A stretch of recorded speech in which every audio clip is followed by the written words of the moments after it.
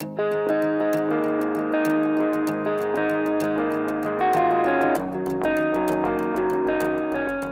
buenos días a todos. Good Muchas morning gracias all, a Gasnova por la and many invitación a thanks este Gasnova for this primer congreso de invitation to LP this first necesario. International Conference Creo LPG. que Quite necessary it estos was, espacios de discusión son because fundamentales en discussions cualquier in sector y here creo are que el GLP le fundamental hacía for falta un any espacio sector, de and I esta think categoría LPG para lacked poder a discutir scenario like this los so temas that we can centrales discuss the que les main aquejan a topics ustedes. that are Quiero hablarles un of poco interest for all of you. de But I want to digamos, talk de la to you generación de energía en Colombia about the power y voy a generation in referirme a Colombia, tres temas and I'm going to particularmente. refer to three topics. Uno, hacer un breve Basically, one repaso de cómo is to do funciona de manera general el sector de energía eléctrica en Colombia. Dos, qué implicaciones puede tener los problemas que ha tenido el mayor proyecto de generación en Colombia, que es el proyecto Hidroituango. Y asociado a él, qué medidas se pueden tomar o qué medidas se han tomado para poder solucionar esta coyuntura. Y por último, algunos ejemplos, digamos, que hemos tenido en el país de uso de GLP para generación de energía. Entonces, vamos a arrancar por ese pequeño resumen pues, de cómo funcionamos. Esta es una foto de cómo estamos con corte a 31 de diciembre en términos de capacidad de generación de energía. Si uno mira, más o menos 186 megavatios, es decir, el 1% de la totalidad de la capacidad instalada en Colombia se genera con biomasa. Básicamente, ¿qué son esos? Los ingenios azucareros que tienen sus sistemas de cogeneración. Y seguido de esto tenemos una generación hidráulica que es una pequeña generación hidráulica, las PSHs, más o menos que representan el 5% del total de la capacidad instalada. Pasamos a la generación térmica, que es básicamente el respaldo y la confiabilidad del sistema de generación como un todo, obviamente para mitigar efectos como el Niño que ahorita vamos a ver, y corresponde más o menos al 28% de la capacidad instalada. Por último, tenemos la mayor fuente de generación que tenemos en Colombia, que es la hidroelectricidad, con el 65%, y lo que está abajo es más o menos cómo ha crecido el sector en los últimos años, digamos, desde el punto de vista de capacidad. Fíjense ustedes que del 16 al 17 crecimos un 2%, y del 17 al 18 solamente crecimos un 1%. Lo grande que estaba por venir el Hidroituango, con una capacidad de 2.400 megavatios, ya conocido por ustedes los problemas que ha tenido en los últimos 6 meses. Esto es básicamente cómo funciona, digamos, la ciclicidad que tiene el sector de generación. ¿Por qué? Porque como veíamos anteriormente, el 65% de lo que generamos, de capacidad que tenemos, se genera con agua. En algunos momentos, por ejemplo, como el último año, por ejemplo, la generación de energía ha sido casi en un 85% producida con agua. La térmica, volvemos a lo mismo, simplemente es un respaldo que está allí para dar esa firmeza y esa confiabilidad al sistema. Cuando llegan momentos como el Niño, como en el año 2015-16 y como el año 2009-2010, la situación digamos que se nivela casi a niveles de un 50% producido con agua, 50% producido con generación térmica. Y en años, por ejemplo, intermedios, como del año 2012 al 2015 tuvimos no fue una sequía, fueron unos momentos de bajo aporte hídrico, pues obviamente la generación térmica aporta en esta distribución de generación.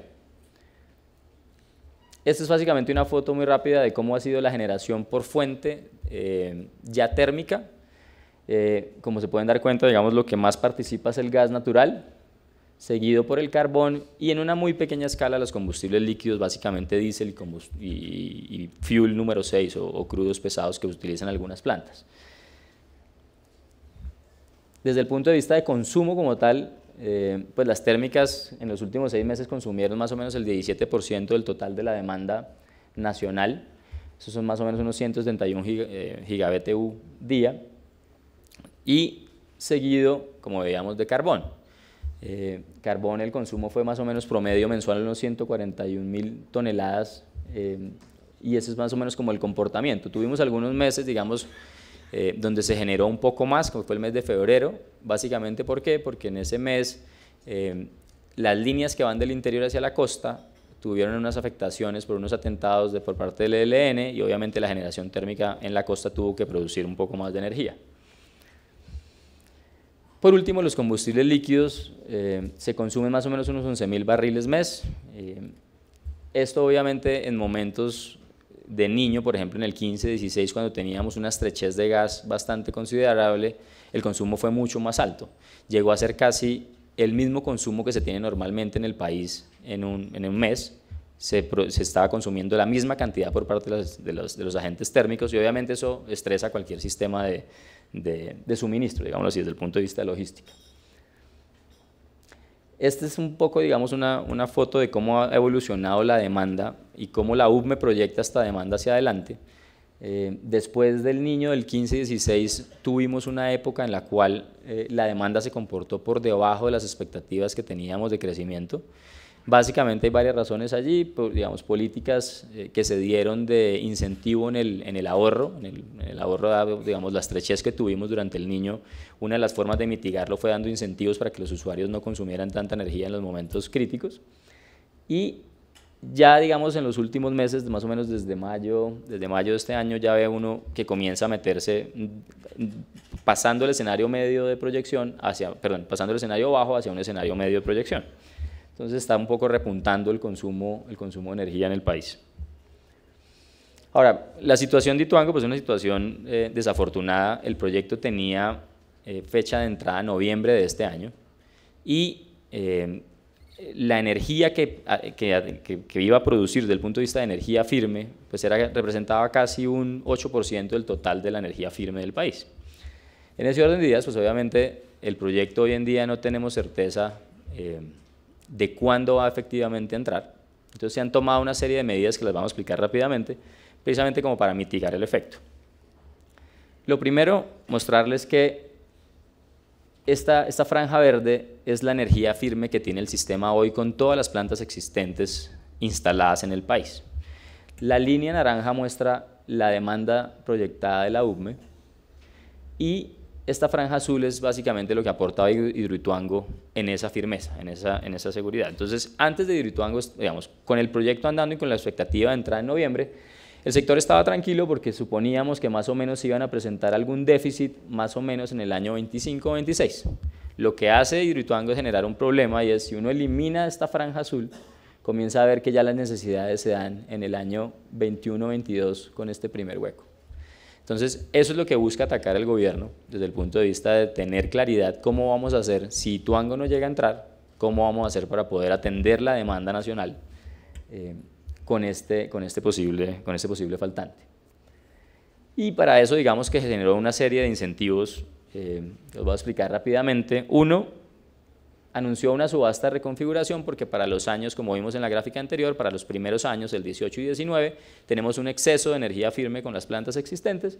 Entonces le dio una opción al proyecto de Hidroituango de decir, mire, si usted quiere, digamos, ganarse un año y no entregar sus obligaciones de energía firme a final de este año, usted entonces puede devolver su energía y pagarle a la demanda un fee por devolver esa energía. Esa es una primera opción, y esto más o menos va a estar claro hacia el mes de octubre. Luego entonces asignó los años 19 al 22, eso quiere decir que con las plantas existentes les dijo, mire, yo sé que con ustedes soy capaz de llegar hasta el 22, entonces voy a asignarles la energía firme que requiere el sistema, y obviamente eso está asociado a toda, digamos, una serie de contratos que tienen que presentar los agentes para tener certeza que esa energía está disponible.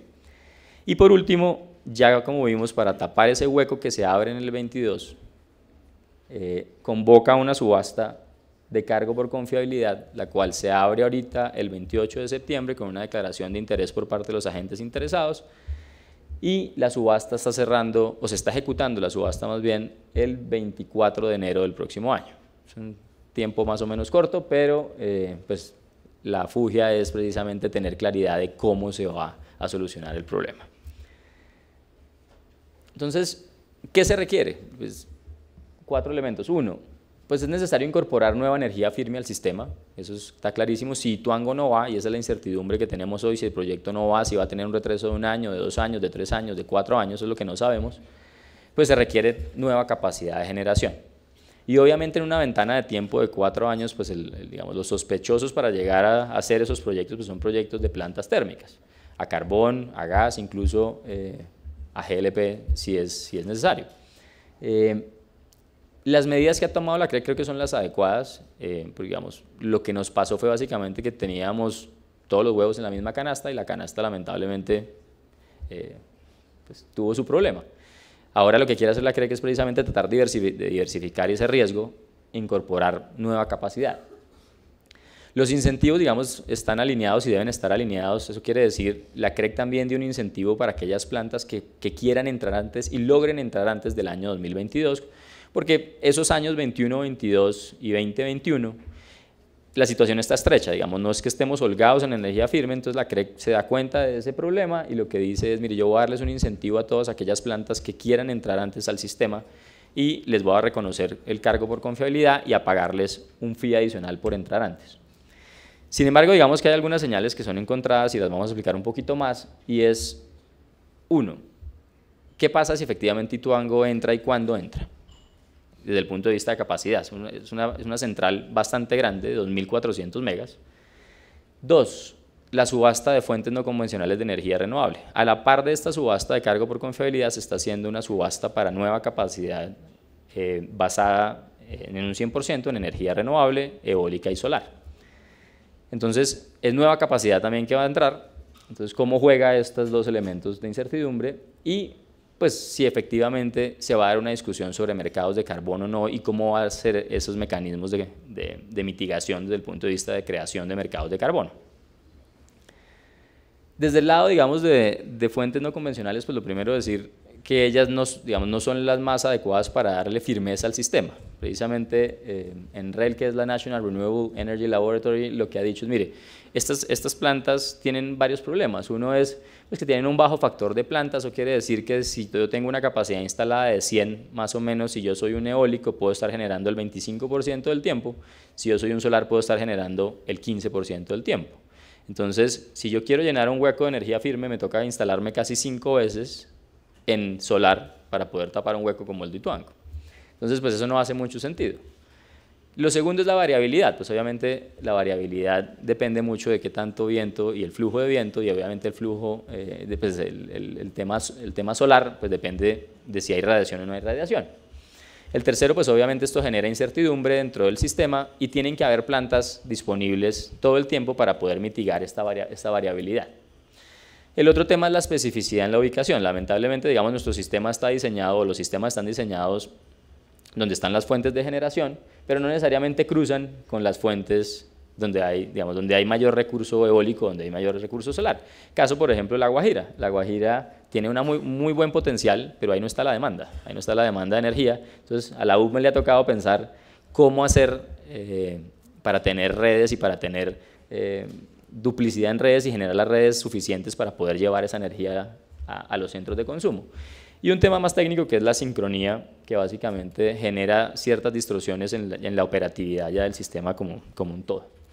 Desde el otro lado, digamos, lo que hemos visto es que el esquema que están planteando para hacer esta subasta pues tiene unos problemas desde el punto de vista del tipo de contrato que están incorporando, y de manera general simplemente decir que básicamente se le están quitando muchos riesgos al generador y le están dejando esos riesgos en cabeza de la demanda. Entonces, hay cierta, digamos, discusión de parte de los distribuidores y de los comercializadores de energía, y algo de demanda también industrial diciendo, mire, el contrato tiene sus problemas y no me calza, digamos, a la necesidad de poder cubrir riesgos hacia futuros desde el punto de vista de precio. Y por último, digamos, el problema que también se ve es un tema institucional. El mecanismo como se está creando está poniendo, digamos, en cabeza de la UCME desarrollar una subasta cuando la UCME es el planificador, no es el responsable de adicionar nueva capacidad al sistema. Esa responsabilidad recae en cabeza de la Comisión de Regulación de Energía y Gas. Entonces, hay un tema, digamos, institucional que se lo hemos manifestado al Ministerio y al nuevo gobierno, obviamente, el cual esperamos que se solucione a través de la vía institucional, porque a todos nos sirve que esto se mantenga dentro de los canales normales. Entonces, la incertidumbre, ¿cuál es? La incertidumbre es la siguiente. Acuérdense que hasta aquí estábamos en 16.500 megavatios. Si efectivamente Ituango entra, pues entrarían 2.400 megavatios más. Si efectivamente nos comprometemos a adicionar 3.000 megavatios de renovables, como está, digamos, o como lo ha dicho el presidente Duque en campaña, y es adicionar energía renovable más o menos en 2.000, 3.000 megavatios. Y si por último hacemos esta subasta de cargo por confiabilidad y adicionamos más o menos, según esos estimativos, se requerirían unos 800 megavatios, pues estamos hablando que la capacidad instalada estaría del orden de unos 23.400 megavatios. Y esta línea lo que muestra es cuál es la demanda punta o la demanda pico desde el punto de vista de capacidad para el año 2022. Entonces estaríamos casi doblando la capacidad instalada del parque para atender básicamente la mitad de esa demanda en el año 22. Entonces, desde el punto de vista de un inversionista, ver este escenario así pues genera incertidumbre, y lo que están pensando o lo que los agentes están viendo es, pues si yo quiero hacer un proyecto, lo que yo tengo que asegurarme es el repago de mi proyecto, y la única forma es hacer que esos pagos del cargo por confiabilidad me den para repagar la inversión en un 100%. Lo que había pasado, digamos, en subastas anteriores como la del 8 y la del 9, cuando entró capacidad de carbón, fue que estas plantas a carbón apalancaron su proyecto no solamente en el cargo, sino en la expectativa de vender energía en contratos y en la bolsa. Entonces, esa, digamos, es la incertidumbre que tenemos en este momento. Ahora, puntualmente, ¿qué ha pasado con GLP? Y estos son las plantas básicamente Termopaipa 1, Termopaipa 2 y Termopaipa 3. ¿Qué ha pasado? Ellos identificaron una necesidad, y es las plantas de generación a carbón, para calentar su caldera, no arrancan su planta con carbón, quemando carbón. Necesitan un combustible mucho más rápido para poder hacer ese calentamiento de la caldera, y eso normalmente se hace en nuestro país con diésel. Entonces Gensa, digamos que identificó una necesidad y una problemática, y es obviamente el diésel es costoso y es ambientalmente más complicado de manejar. Entonces decidieron hacer un proyecto de inversión de 1.8 millones de dólares, en el cual ajustaron los quemadores de su planta y movieron el consumo de diésel hacia GLP. Algunas cifras, digamos, generales allí. El consumo mensual de ellos, que ellos estimaban de diésel, era de más o menos unos 25.000 galones, y si lo pasa uno por eficiencia y demás hacia el lado de GLP, la necesidad era más o menos 37.000. Entonces uno, bueno, pues por consumo va a consumir más GLP, pero el beneficio está por el lado de precio, y en precio más o menos identificaron ellos 3 veces menor hacerlo con GLP que hacerlo con diésel. Entonces se aliaron con Vidagas, hicieron un proyecto en el cual financiaron el proyecto en compañía, digamos, de este proveedor, y el proyecto duró 7 meses y entró en operación en julio de este año. Entonces, hay, digamos, una oportunidad de negocio para ustedes, y es la siguiente, y es plantas a carbón de nuestros asociados. Son 3, digamos, son 3 compañías, pero hay 1, 2, 3, 4 unidades, 5 unidades, donde básicamente cada arranque, por ejemplo, para Termotasajero, genera un consumo de diésel de casi 20.000 galones de diésel. Para GESELCA de 12.000 y para Paipa 4 de 6.000. Eso es por arranque. Más o menos una planta de estas, dependiendo la temporada desde el punto de vista, digamos, de generación, puede estar arrancando 1, 2 o 3 veces, dependiendo, como les digo, del funcionamiento de la planta dentro del sistema. Y obviamente al otro lado pues está cuál sería su consumo equivalente desde el punto de vista de GLP. Entonces, ahí hay una oportunidad bien interesante para que exploren ustedes con estas compañías esa necesidad, digamos. Ya concluyendo, varios elementos, y esto obviamente se lo manifestamos al gobierno del presidente Duque. Uno, yo creo que el primer elemento y fundamental elemento es ordenar la política energética. No voy a hablar de sector de generación únicamente, sino en general. Creo que lo que nos pasó en el gobierno pasado de haber tenido 7 ministros en 8 años, pues digamos, no dejó de tener un norte claro a ninguno de los sectores, ni en GLP, ni en gas natural, ni en energía eléctrica. Y algo que hablaban ayer en el primer panel de discusión, que es fundamental en el sector energético, que son los precios relativos, como que se nos olvidó ese cuento y nos metimos a hacer inversiones por hacer inversiones en algo que me gusta, pero no que es lo más eficiente desde el punto de vista de precio. Y eso obviamente se traduce en ineficiencias para los usuarios y para el mismo gobierno. Entonces yo creo que lo primero es ordenar precisamente qué es lo que se quiere hacer y cómo lo queremos hacer, con fundamentales, digamos, económicos. 2, yo creo que es necesario mantener la institucionalidad del sector. El decreto y las resoluciones de renovables lo que nos muestran es que puede haber bastante discrecionalidad de un ministro, yo no voy a hablar de la ministra Suárez, pero cualquier ministro que llegue mañana puede tomar la decisión de enfocarse no en energía solar y no en energía eólica, sino en otra cosa, en hidro, o en carbono, o en cualquier cosa, y perdemos, digamos, esa neutralidad desde el punto de vista de tecnología que ha tenido siempre el sector de generación, y volviendo al tema de los precios relativos, y terminamos tomando decisiones más desde el punto de vista de política y no de política pública o de política energética. Es necesario hacer algunos ajustes en el mercado eléctrico, como lo vimos anteriormente, y es necesario tomar las medidas necesarias para poder garantizar el abastecimiento de energía a futuro. Es necesario incorporar las renovables, estamos totalmente de acuerdo con eso. Las empresas asociadas a ANDEC todas están tratando de diversificar su portafolio de generación precisamente con energías renovables, pero algo que sí le hemos pedido al gobierno es con las reglas de mercado, digamos.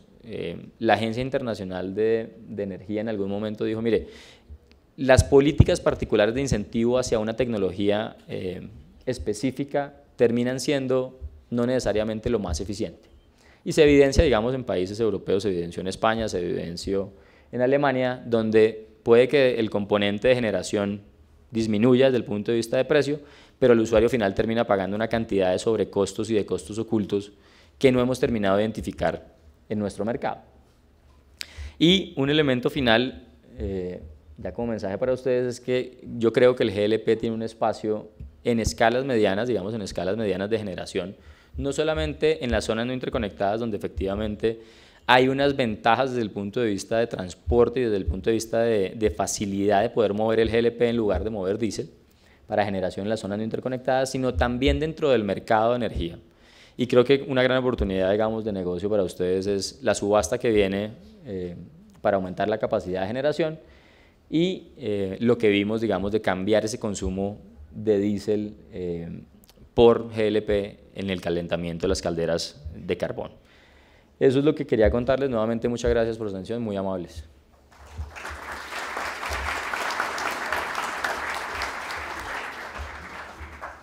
Muchas gracias, doctor Castañeda, por tan importante presentación. Damos entonces paso al panel. Le damos la palabra a nuestro moderador, Pablo.